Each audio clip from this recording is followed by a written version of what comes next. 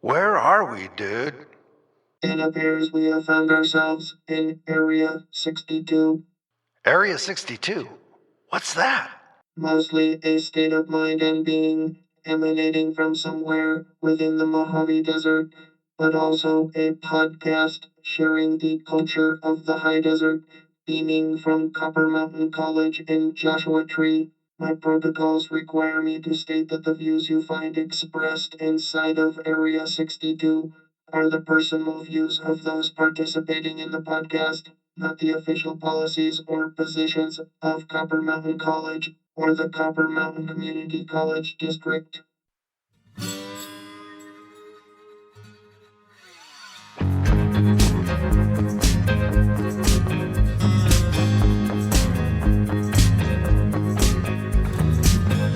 Hear the story that I was told. Hear the story about desert gold. The desert gold. Desert gold. Cities lying about the price. Got me thinking twice about that desert gold. Desert gold. I was told to save your soul, go get some desert gold. I've been dreaming of stars at night. Hey everyone, we're back with the Area 62 podcast. Thank you for listening again. Today we're joined with our desert journalist, Michael DiGregorio, and we also have our co-host, JRod. And today we're going to talk a little bit about journalism in the desert, Michael, your background, and other cool projects that you've got going on. So would you like to say a couple of things?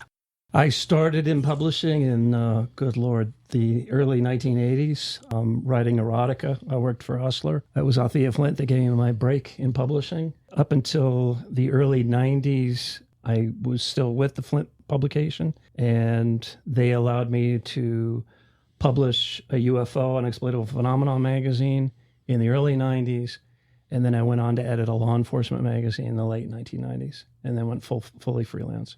Wow. Okay. Do you want to dive into a little bit more of how you got into Hustler magazine and then all of those transitions that you just named? Because you made it seem like it was just like one day I just started working there. I got very lucky. I had a girlfriend that worked there. Did she happen to be a model? No, she was a receptionist, born in Nicaragua. Interesting. So I must ask, what inspired you to make a documentary about meth addicts in the low desert scrapping metal? Like, how did you take notice? As the editor of SWAT magazine, just like it sounds, SWAT, a law enforcement magazine, I was on a ride-along, I believe it was 1999, with a Bureau of Land Management ranger for the low desert. And he began to describe this wildly unique underground economy that had taken root in a United States Navy, United States Marine Corps aerial bombing and gunnery range called the Chocolate Mountains. Okay. So, what'd you find so interesting in there that you had to make a movie, you had to make a documentary for it? I've always been interested in marginal types, and this was marginal to the nth. It was wildly chaotic. These were American originals kind of exploding the myth of the American individualist, don't fence me in. And as I got deeper, it became just wildly fascinating that you could take a frontline military reservation, one that faces the Mexican frontier, and basically turn it into the engine of an extreme underground economy where you had methamphetamine trafficking, you had marijuana trafficking, you had human trafficking, and you also had a very large degree of ordnance theft. By ordnance, I mean the bombs and missiles that Navy, Marine Corps, National Guard, even NATO planes drop in the Chocolate Mountains. The after effect of these bombs is worth a lot of money. Yeah, like the fins on the rockets and the shells from the bullets. Yeah, I believe the documentary said every 2 bullets was like a pound. I couldn't tell you what the specific weight was, but I know that one of the outlaw survivalists that I was especially interested, who ended up being murdered on the range, was named Eddie Billings. And Eddie's practice was to go in on an ATV, and he'd have your Home Depot orange buckets on each side of his handlebars. And if you filled one of those buckets with either 50 caliber or whatever caliber comes out of the guns on a jet, $150 here, $150 there. So $300 if you're living in Niland or Slab City, that's pretty good money. And that's just one run. Can we backtrack a little bit and talk more about the Chocolate Mountains or your documentary called Scrapper? The original film that I wrote and co-produced was called Scrapper. Scrapper did extremely well on the festival circuit. I believe it garnered a dozen awards, including at least 2 best of documentary films. And these were all top shelf festivals. There was a creative split amongst the 2 videographers that I was working with. I was the writer. They were building upon the vignettes and storylines that I was developing for Print Stories, and we were trying to work them into the first film. The first film, Scrapper, was, I would say, more overtly political, whereas the film that you're going to see, the second film, is called Of Bombs and Men. The partner that I worked with on Of Bombs and Men, we decided, let's bring back the black humor. Let's take it away from the politics and get it back to the Niland and Slab City and the chaos and the nuttiness that we love. And that's kind of the essence of the difference of the 2 films. Right. Can you please explain to someone who doesn't know about the Chocolate Mountains a little bit more in depth, like somebody who is just hearing this for the first time and hasn't even watched it yet? The Chocolate Mountains begin on the southeast corner of Salton Sea, and it's a 60-mile-long range, and it's a beautiful range. As somebody that's been traversing the desert my whole life and worked in Death Valley, the chocolates have a really unique quality to them. They look detached. They have kind of a rueful quality about them. So I was immediately kind of drawn in just into the physical landscape. And then obviously being alongside Salton Sea, it had all this crazy magic. So for about 8 years, I was really tight with the outlaw survivalists. At the same time, a magazine like Rolling Stone gave me an assignment, so I was able to work with the Marines directly on how they enforce the law at the Chocolates. Even Vice was interested in developing a story. And when the Vice producers showed up with all their expensive cameras, we were on this side of the line. We're on the public side of the boundary. And I said, that's where the story is. It's out there in the war zone. Their legal people wouldn't let them cross. So Vice didn't get a story. Yeah, they're not bold enough. But can you talk also about the Blue Mountains, right? So there's a difference between the Chocolate Mountains and the Blue Mountains. The Blue Mountain is actually one of the targets. There's 5 target areas, what are also called kill zones in the Chocolate Mountains. Blue Mountain is one of the most deathly places on Earth. It is staggeringly ghostly. One particular vignette that we developed in both films was I rode with the old man of the Scrappers, a gentleman named JR, and he took me onto Blue Mountain in the middle of the night. And he was an old mud marine. He was actually blind in one eye, which was just fascinating, but he knew that desert like nobody. And we're in his dune buggy, and we come into Blue Mountain, and it is as ashen as the moon. It's just cratered every place. Nothing moved. It was mind-blowing. And then JR heard the crush of gravel underneath either a Humvee or a Jeep. They knew we were there. And then a helicopter's coming at us. And here comes the tracer rounds. It was like, holy smoke. And JR just found his way out of this target area. And it was mind-blowing. And as we were going out, JR related to me Whiskey Pete. And again, this is in the nomenclature of the Scrappers and the Range Runners. Whiskey Pete is WP. White phosphorus. It's the new napalm. It makes the air explode. So it's 5,000 degrees, 6,000 degrees. Everything's vaporized. It's just ghastly. And that's where they were testing this, probably illegally. Wow. Well, how did you feel when you saw the helicopter? You must have been scared for your life. Comes with a job. I relish the opportunity to go that deep. I had to. to feel comfortable with a journalist in their midst, yeah, I had to. That's awesome. There was one particular experience where these two that I was in the target area with, they were overmatched. They were just, they weren't hardcore. And they told me, when the jets come and you see the wings flex, run towards them. And I thought to myself, yeah, okay, I'm going to run towards rockets being shot at me. And it actually made sense because you cover more ground going that way. It's going to overfly you somehow. That does make sense. Okay. Can you talk more about what life is like on the east side of the Salton Sea? Wow, it's that was another draw in this project was the time spent in Slab City, Niland, which is was the center of a thriving agricultural community at the southeast corner of Salton Sea. A sweet little town that just been devoured by the meth contagion. And it's basically a welfare shanty town. The fire chief was my biggest fan, the champion of my investigative features. So he allowed me to stay at the fire station for my assignments and basically would take me out in his truck and we go to different target areas because he was angry that the Navy had taken away his hunting area. That's so sweet of him. So have you stayed in contact with him? I mean, it seems like you would develop a good relationship. As a bemused 62-year-old, I'm happy to say he's one of my heroes. That's lovely. Were you shocked about anything you heard or seen, and why? Oh, boy. I could walk that back for a half hour. How cheap life is.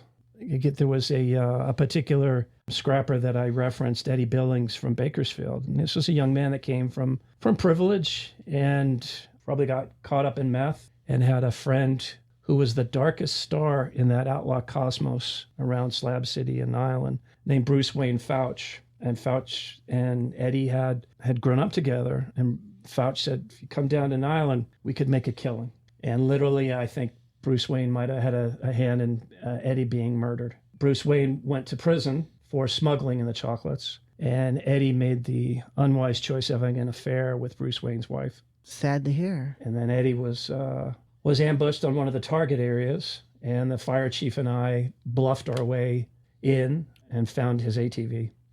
Oh, wow. Is there any guilt to that or anything that you would inherit because of such endeavors? No sense of guilt whatsoever. No, I'm trying to shed light, share one of the most remarkable landscapes, not only in California, but in the desert West. The fact that the chocolates it's 670 square miles, and they're withdrawn, which means that neither you or I could go in with our four-wheel drives. You can't camp there. So that lack of vehicular traffic, that lack of human impact other than planes coming in, and the Navy SEALs also do their desert training, means that there's some remarkable desert biota that has been basically secreted away for 60 years. So as a result, I came across more desert tortoise in the Chocolate Mountains than I've ever seen in years and years in the Mojave. Just beautiful stretches of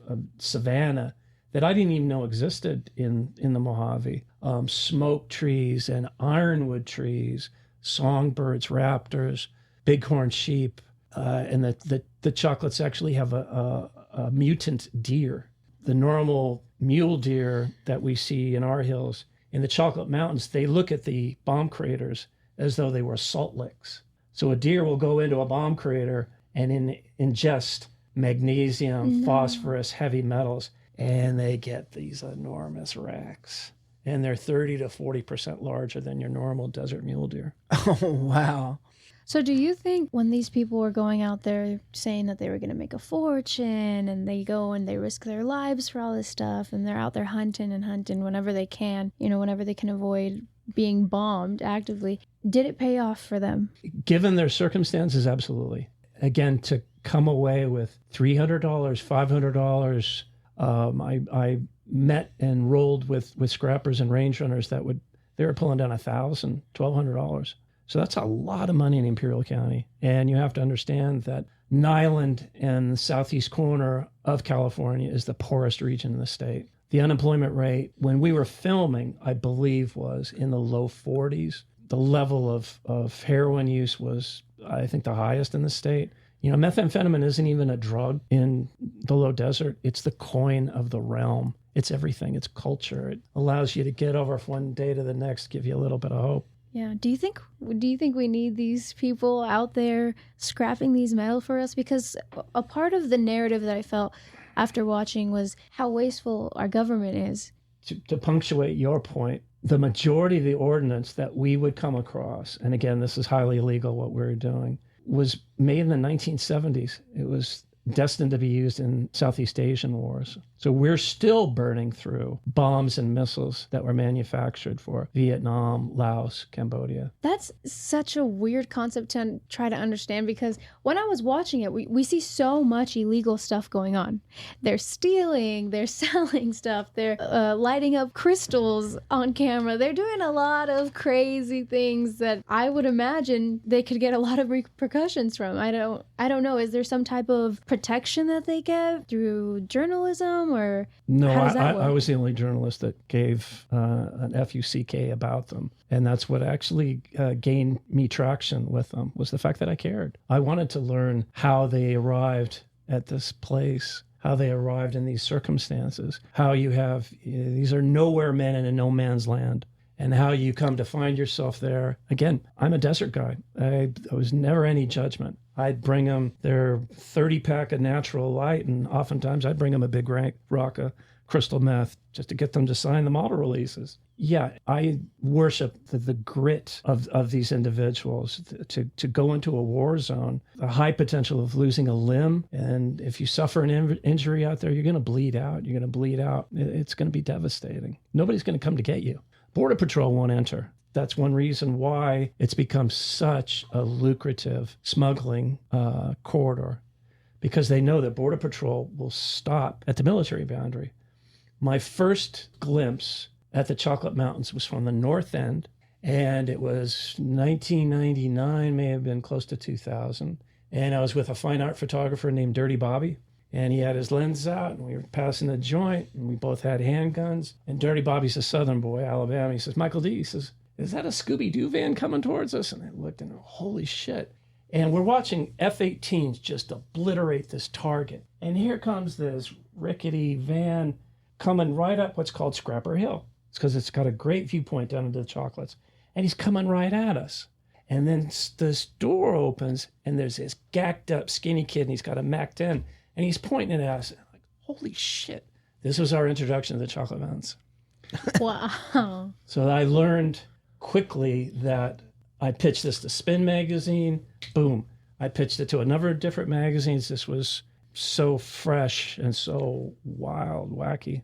How'd you avoid conflict with the guy with the rifle? He looked at us. He saw that we were both armed, and he just slowly closed the door. And I came to learn who he was, and he was part of a family that had been running the Chocolate Mountains for generations. He didn't want to light us up. And we could see there was all sorts of people huddled on the floor of this van, and that's how they do it. They wait for the range to go hot, which means that there's maneuvers, so that they know they can get out a lot easier, but they may all die. Sad to hear. Was there a population growth in Niland at the end of this documentary? No. Niland was the center of a thriving agricultural region. And my understanding is the majority of the crop growing that was kind of the engine of Niland went across the border into Mexico. Yeah, I believe, wasn't it oranges? Yes, oranges. Niland had a Amtrak stop. It had a number of diners, restaurants, bars. And again, the fire chief grew up there, and he was my lens, and he would tell me about the Niland of old. And it's sad. It's dystopian, but it's still enthralling. So what was your end goal? What was your purpose? Because clearly you cared enough about these people, but what was the bigger picture every day that you were risking your life? To tell a good story, to do right by the outlaw survivalists. And also, again, it was just this, I don't know if you've read William S. Burroughs, but to me, in terms of like literary illusions, it was one of these extra territories, one of these places that, laws have no significance, no relevance. History is gone. It just was this blank page. And again, life was just so cheap. That was what was so jarring. And there was a romance about it as well. There was one particular smuggler. She was a bosomy local young lady, and she would flirt with the border patrolman, wear a particular type of garment that would bring her lots of attention, and she'd have 3 or 4 illegal immigrants in her car, and they'd wave her through. So she would run the illegals up to I-10, to a place where, the meeting place where they would be put on 18-wheelers or freight trucks and shot out to Dallas or shot up to Reno or shot up any place. And then she'd go back south and begin to scrap the range. So I thought, my God, that's outlaw genius. She's a human trafficker and she's a scrapper. Yeah, it does sound pretty genius. So then how did this project make you feel about the government and their use of bombs and materials and getting to know the guys and their stories? It's staggering to get that close to the types of weaponry that we use. And again, as I mentioned a couple of minutes ago, we're still burning through weapons, bombs, missiles that were made for a war that we walked away from 40, 50 years ago. So we would come onto a mission and there'd be F-18s, there'd be F-22s, there'd be helicopters, and then there'd be cruise missiles, and then there'd be drones or some type of device just to kind of give the combat controller an idea of what the target looked like. So you realize, oh my God, that plane is burning $10,000 worth of gas an hour. That plane is burning $50,000 worth of gas an hour. It's mind-blowing. Yeah, it sounds like you don't agree with that, and I contend as well. Is there any way that the film kind of struck a chord with the Marines and military? Absolutely. Having had 8 years in the field, there was one particular Marine Corps public affairs officer, PAO, and he was actually a Southern boy. I wish I could remember his name, but he was at Yuma when I had a lot of traction with this story. And he was as interested, fascinated with it as I was, and was super helpful. It was remarkable. He would actually make a Marine available to me, and I'd have this cocksure young Marine say, how can I brief you, sir? I came to learn that the Public Affairs Office at 29 Palms, Marine Corps Weapons Station, like MAG, MCAGC. Marine Corps Air Ground Combat Center. Okay. They actually show our film, or they show our trailer whenever visiting journalists want to talk about, say, a Marine who's got lost in an exercise or died. The PAOs like to point out that there are transgressive types that cross their training areas. Yeah, in the film, there was actually caught on camera a couple of Mexican nationals smuggling humans. I find that very interesting, and just how they let them pass. They just let them pass, and we encountered them. They were in the war zone, and we got a very kind of uneasy smile from the driver of one of the I think it was a Nissan Pathfinder. We were kind of just trying to make light of it, that you can go this way. And he kind of smiled, and we could see 4 or 5, 6 people behind him. And then there was another vehicle, and we were the Welcome to America greeting people. Yeah. Yeah. I want to go back to Chief Mike because I know that he's a really important person, not only in this film, but also in the awareness for Niland and in your life. Why do you think that he's still there? I mean, he goes into talking about how he retired, but then had to come back. Why? What's the obligation there? A lot of layers to local government in Imperial County. And Chief Mike is one of the few people that wear the white hat. There was some type of shenanigans around closing one firehouse and opening another, and it just kind of looked like a duplication of efforts. And Mike was forced out, and then he was brought back, and then he ended up retiring and moved to Kingman, Arizona. But he still has family there, and still shows an active interest in the locals. And he could tell you who's sick, who's sucked up. He delivered babies in the war zone. He delivered babies in the agricultural canal. He brought people out who were bleeding out. This man is just stud, impeccable. Yeah, shout out Mike. So then is there anything else that you can speak on in relationship with how life is there on the east side of the Salton Sea? Does that expand? Are there other neighboring places that are experiencing similar lifestyle? And What I've learned of late is that the region downwind of the Chocolates and downwind of Salton Sea is experiencing the same type of cancer cluster that China Lake, Ridgecrest, the areas that are downwind of Owens Lake are experiencing, where you have extraordinarily high levels of brain cancer amongst children and asthma. And this is because of the constant churning of dust and particulate matter. So there is a nonprofit, and I believe they're either in Brawley, possibly El Centro, maybe Calipatria, predominantly Mexican American, and they've installed these devices that measure the amount of particulate matter so that they can bring their case to county, to the state, to say, listen, you're killing our children. And how has that gone so far? I don't know. It's not part of my bailiwick. It's just something that I've noticed of late in terms of stories around the Chocolate Mountains. The Marines and the Navy actually took more land to kind of create an even bigger buffer. So beyond that, I couldn't add any. Unfortunately, in trying to sell a product that would update of Bombs and Men and my print features with the likes of History Channel, with the likes of Learning Channel, with the likes of A&E, it's always the Navy that says, no way. You're not going to point out our operational deficiencies. You're not going to point out the fact that a frontline training range that's pivotal to every mission, whether it's Iraq, whether it's Afghanistan, those units are training in the Chocolates before they get deployed. There's no way the Navy's ever going to bless any kind of treatment that doesn't shed positive light on what's going on. And I've always tried to be fair. And again, I worked with, the Marines put me in a helicopter, flew me around the range to show me how big a space that they have to cover. And it's impossible. Another facet to this, there's so much unexploded ordnance on that range. If you had inclinations to perform a jihadi, that's where you'd go, because you would find more plastic explosive in the Chocolate Mountains than any place. And it's just there for the taking. And with a simple YouTube tutorial, it's very easy to take a bomb apart and get at the plastic explosive. And literally, there was one person in Niland who was buying it. That's terrifying. It is. Most of that explosive material went off into the Patriot Underground or to outlaw bikers. They like to throw bombs at one another. Yeah, the Hells Angels have been at war with, I believe, the Banditos across Scandinavia for quite a few years. And they have turf wars around here.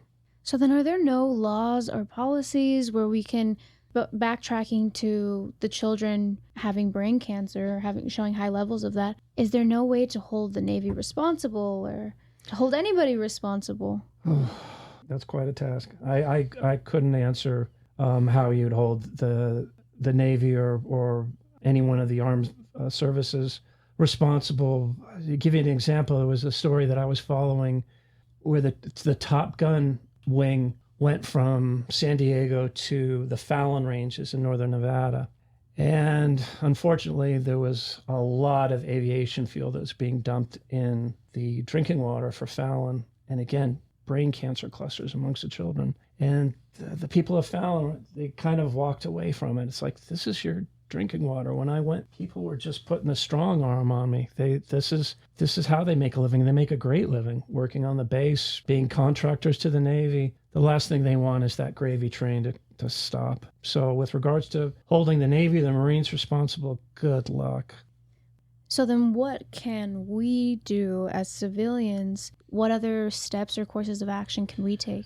I would kind of take the page of the various entities that have championed the Salton Sea. Sonny Bono's, I can't remember what pronoun she is, but she was the congressional representative. She brought awareness to, the slow desiccation of Salton Sea and brought a lot of people into the fold. And I think a result of her basically putting Salton Sea on the map, that we're losing this, regardless of how conflicted, the water quality is and that, it's a resource. It's magnificent. We have to save it. She brought attention to Salton Sea, and I think that had some kind of trickle-down effect in a lot of people recognizing, yeah, you know what? we have to do something about this. And I think that actually kind of began to kickstart the understanding that, the dust from the maneuvers was making kids sick. That's the only place that I would suggest that people look at is look at the NGOs that are monitoring this part of Imperial County. That would be a start. There's really very, very little coverage of this area. The only time I've ever seen coverage is when Marines die. And unfortunately, I think 12 or 14 of them died when 2 helicopters collided over their combat village that was made to look like an Iraqi or an Afghan village. Literally, the chocolates just, nobody talks about them. Now moving forward in more of your desert journalism. So I know right now you have a couple of projects unfolding with unsolved murder cases. But before we go on to that, is there anything else you'd like to add to all the chocolate mountains and all the stuff that we could learn from you? No, I'm hoping to shape a book manuscript. And until I have a sense of where it's going to go and what direction, I don't really have anything that I could add at this point. I literally, in preparing for this interview, I looked at 80, 100, 110 pages of notes. I always had a notebook with me because the anecdotes, the insights, the observations were just, they were hyper real at every stop. It was just amazing. And this has been an opportunity for me to kind of revisit that. And it all just kind of, it doesn't seem real somehow. Every time I left the range, I would stop at the ski inn in Bombay Beach and I would just kind of gather myself like, holy smoke, what did I just come out of? So if I can find my through line in terms of bringing this to present day, then I think I have a good book manuscript. But at this point, it's just all over the place.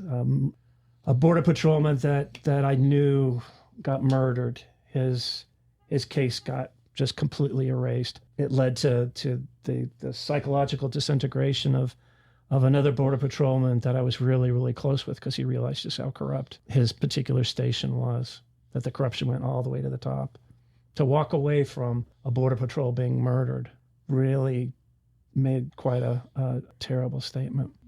I watched some of them just completely devolve. A couple of the main characters in Bombs and Men, one became homeless in Arizona, Ronnie.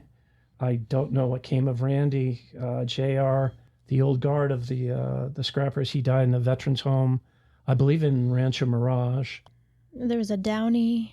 Downey was literally a NASCAR-like figure in Niland and Slab City because the Marines were constantly chasing him, and he, like a moonshiner, he knew I could get away from them here, I could do this, I could do that.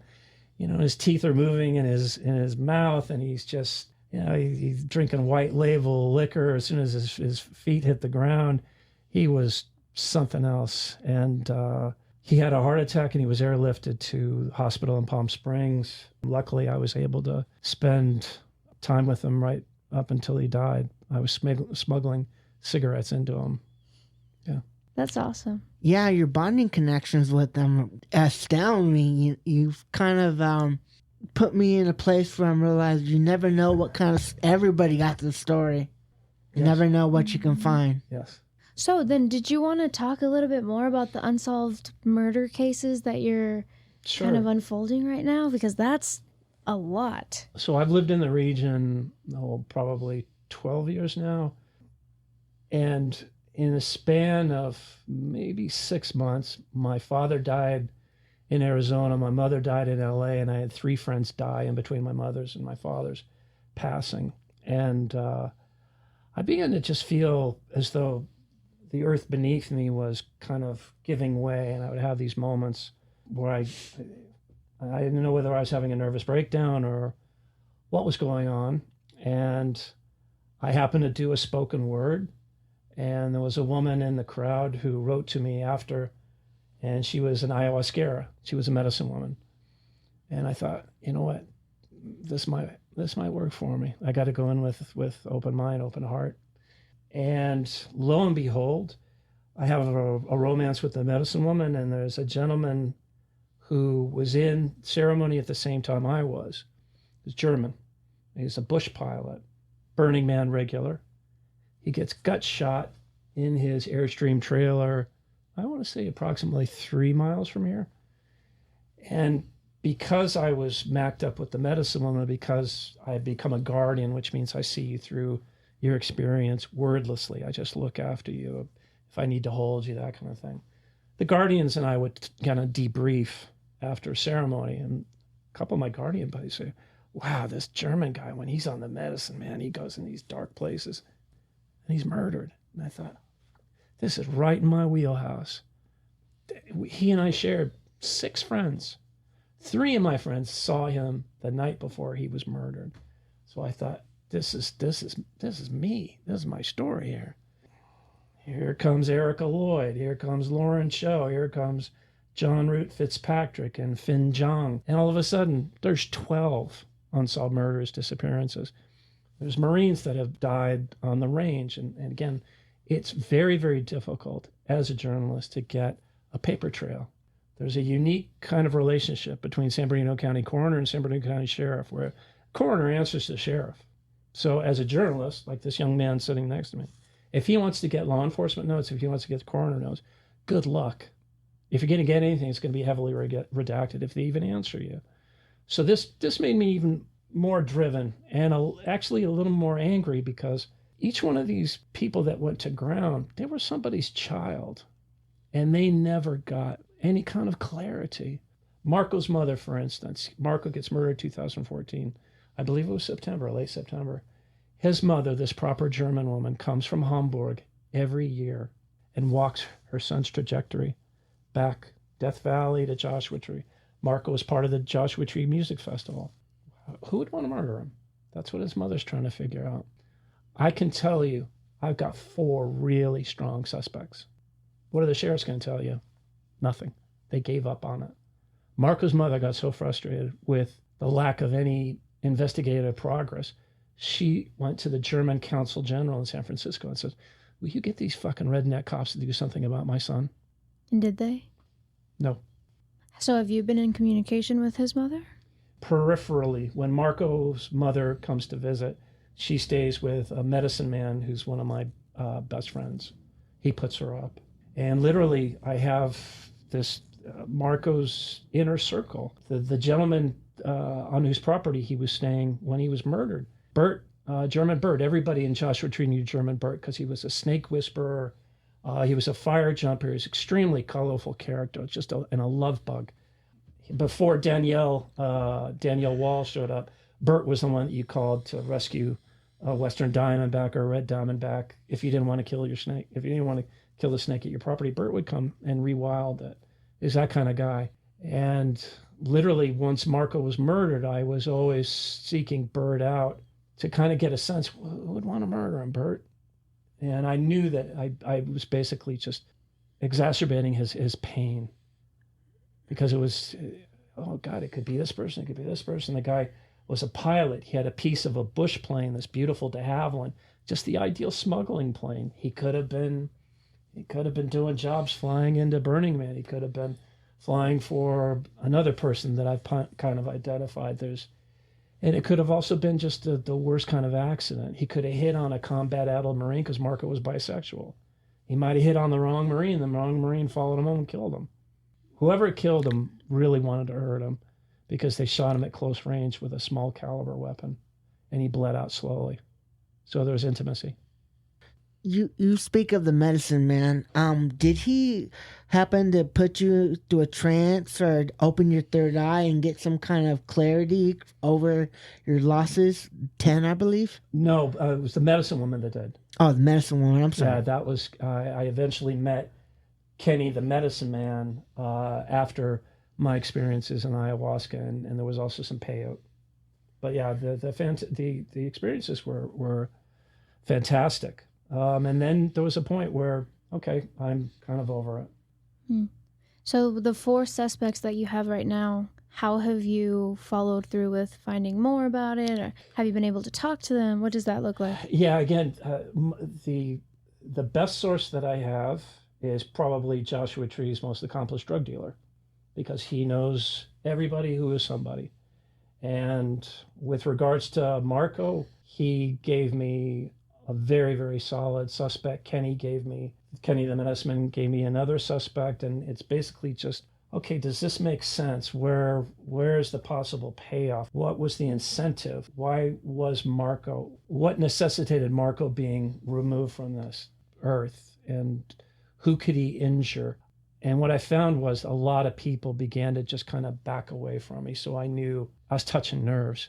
And this is another thing that gave me great heartache, was that a number of Marco's friends just kind of washed their hands of him.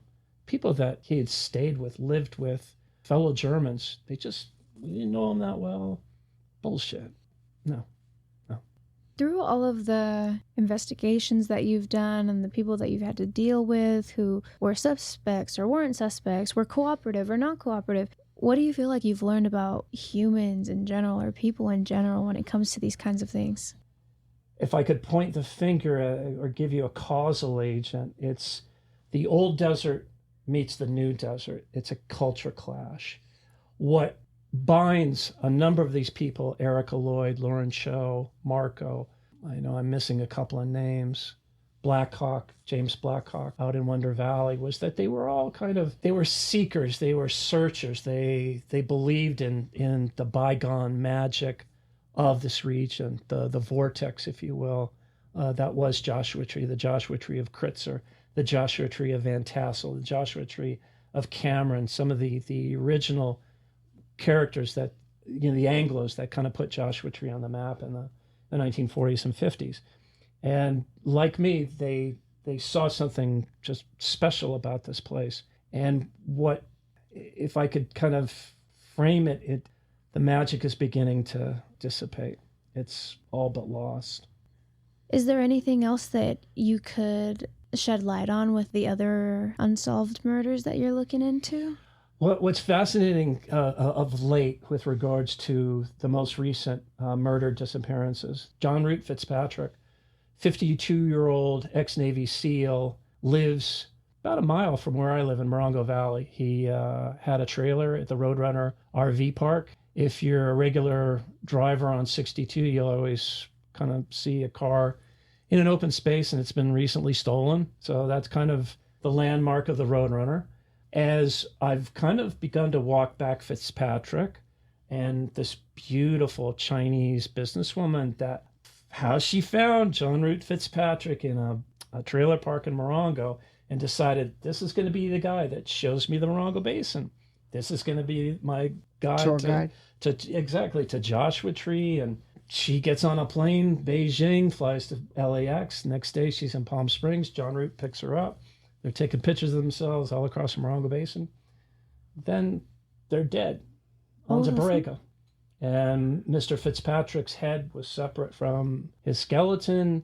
The Chinese businesswoman, Ben Zhang, was approximately, I think she was 1.8 or 2.8 miles from him on the trail. And because it's San Diego County on Zaborego, not San Bernardino County, the sheriffs are a lot more forthcoming with details. So you can look at the death certificate.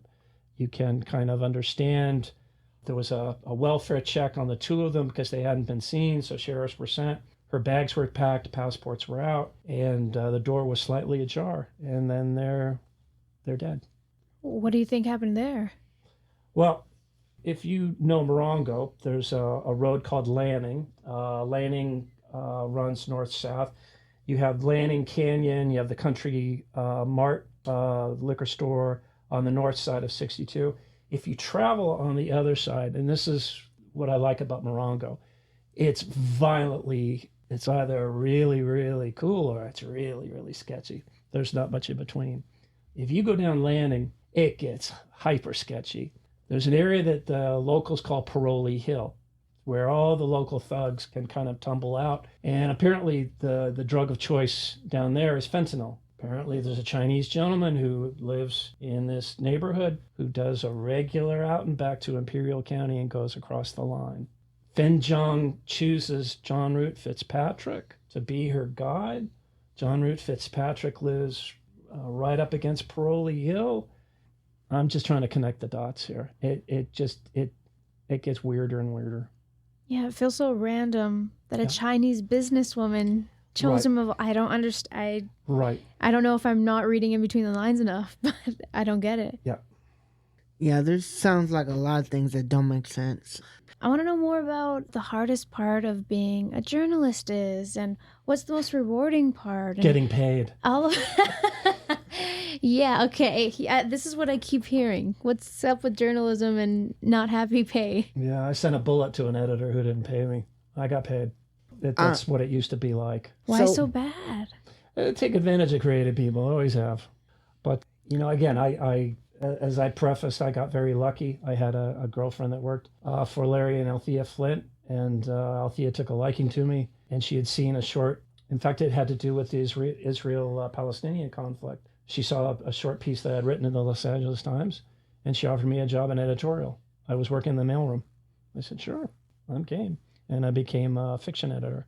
So I got to meet Charles Bukowski, who was one of my heroes. I got to meet Terry Southern.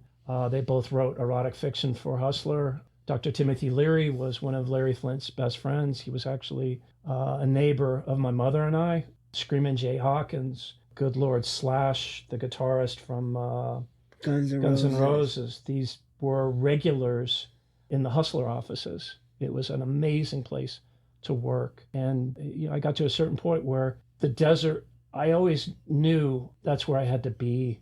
That's where I wanted to be. I started with desert topics around southern Nevada, nuclear test, destruction of wild horses.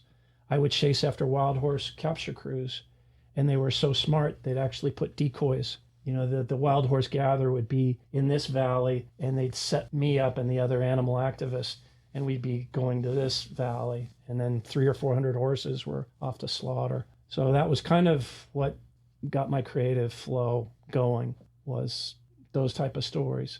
I took jobs occasionally so I could get even deeper. With Death Valley, there was all sorts of threads that I wanted to pursue. And I thought, you know what, if I volunteer, I'm going to be with the personnel, park personnel, that may be able to help me take it a little bit further. The German family that disappeared in Death Valley, maybe I'll get some insights from a resource manager, a law enforcement ranger, the chief superintendent. So that's kind of the way I've gone about my work. Because of your career, you've witnessed so many things. You've talked to so many different people. I'm sure you've grieved many times over a lot of the stories that you've been involved in. What's the big picture? To this young man, I would just say, you have to just wait it out. You have to listen. You have to be extremely patient.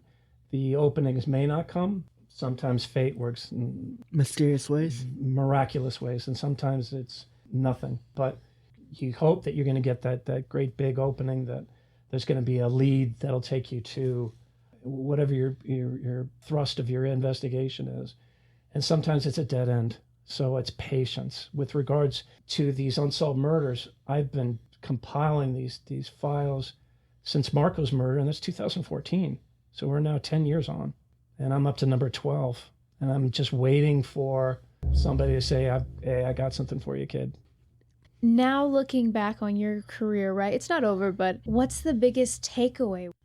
Again, with regards to the unsolved murders, I thought there's no higher calling than being a citizen journalist.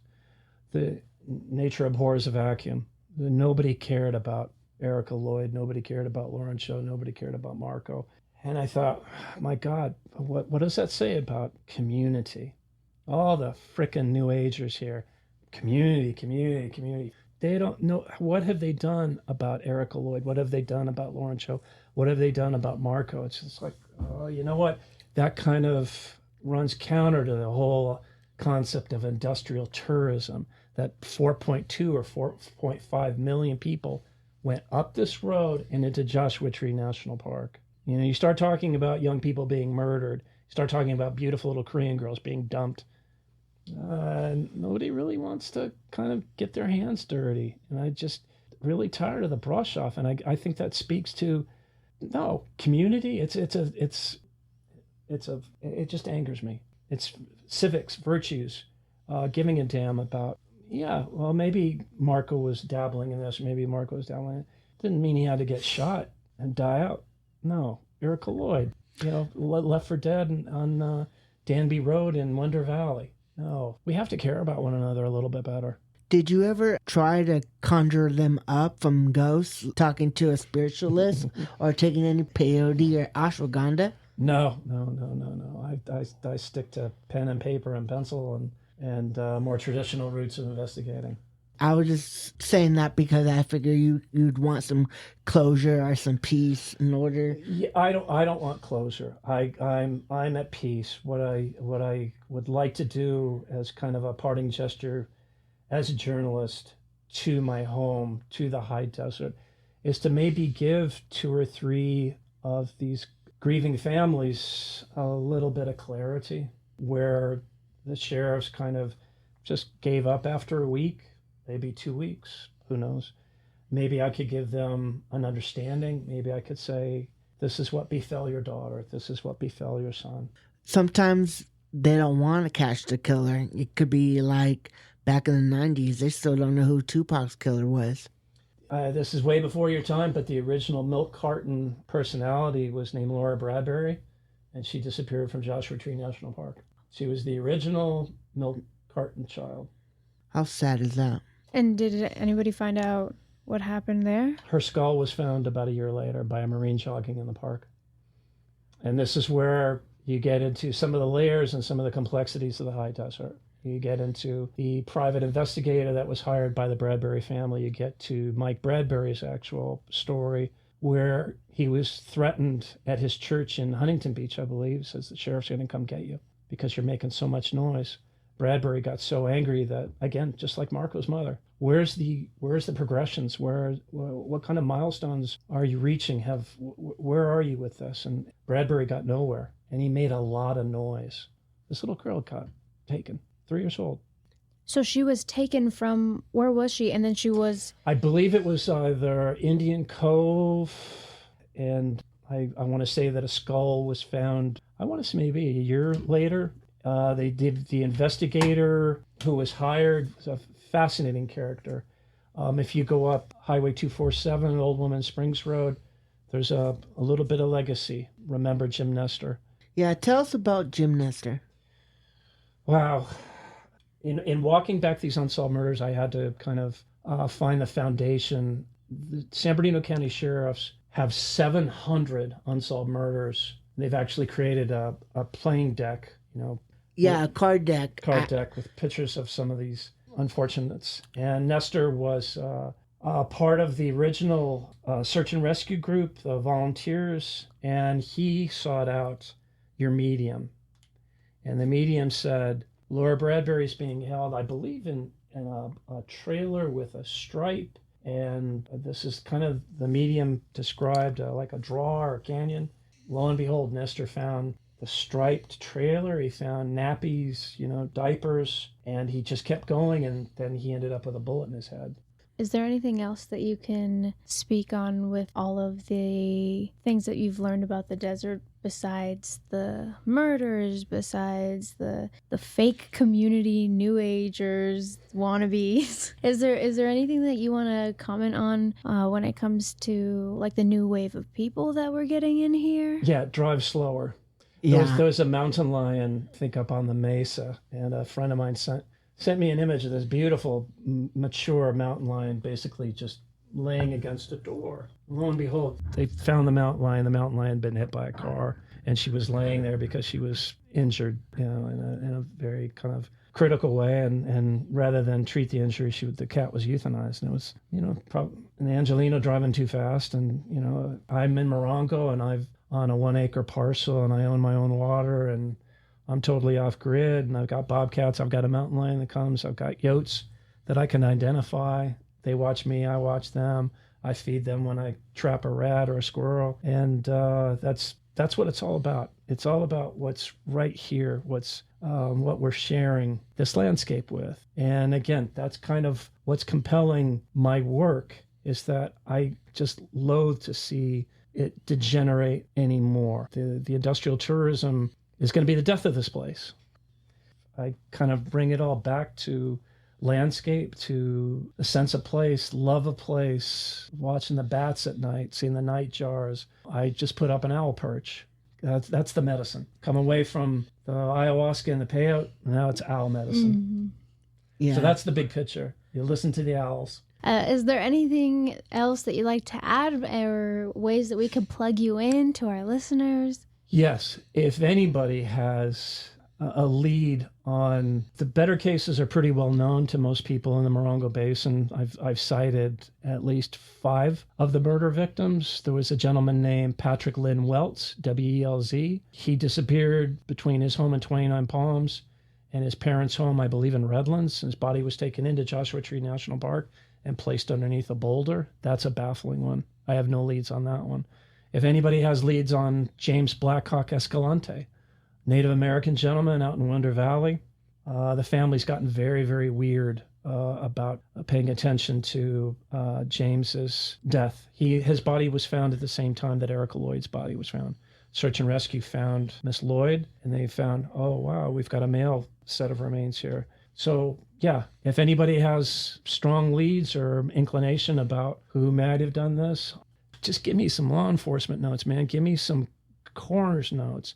I can't sell a story on hearsay. I can't sell a story on prison gossip. I actually have to have some corroboration.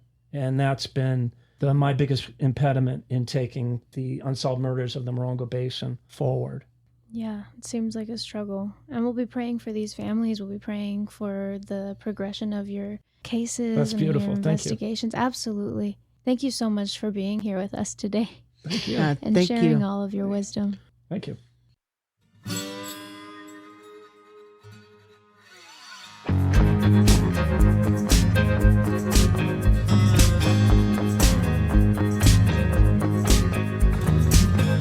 Hear the story that I was told. Hear the story about desert gold. The desert gold. Desert gold. Cities lying about the price. Got me thinking twice about that desert gold. Desert gold. I was told to save your soul, go get some desert gold. I've been dreaming of stars at night. Got a feeling I gotta make it right. Get some desert gold. Go get some desert gold. See them coming from near and far. They're lining up at every single bar, every bar. Got the gypsy stars. I was told to save your soul, go get some desert gold. All right.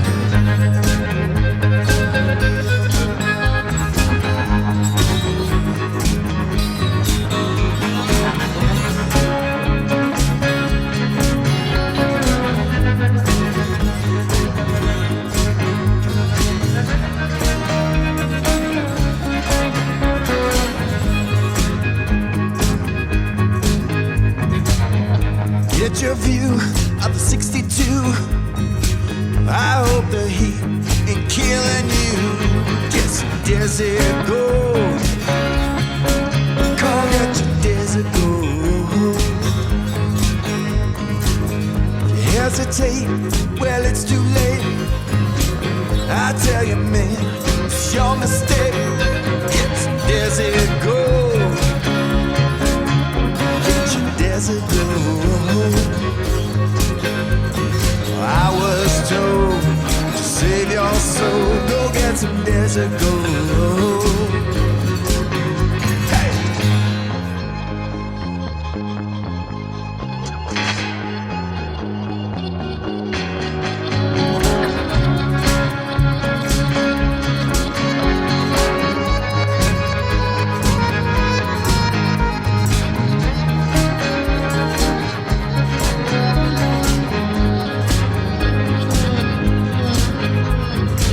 So fly your flag if it sets you free. Don't give a damn who you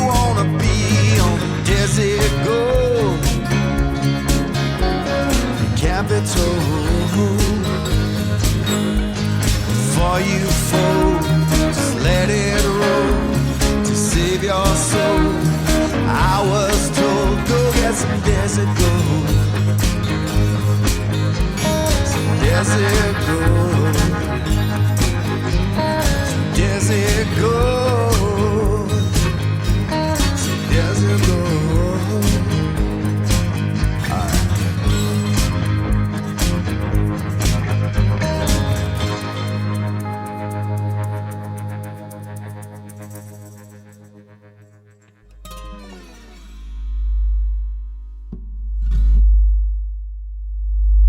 Tune into part 2 for more of a discussion with desert journalist Michael DiGregorio. And for more information about Michael, visit his website at michaeldgregorio.com. Music for this episode was provided by Matt Ellis. Hear more of Matt's music at mattellis.com. This episode of Area 62 was hosted and produced by Jeremy Quinones-Lasea and Nayeli Liera. Editing was by Nayeli Liera. Thank you for joining us in Area 62.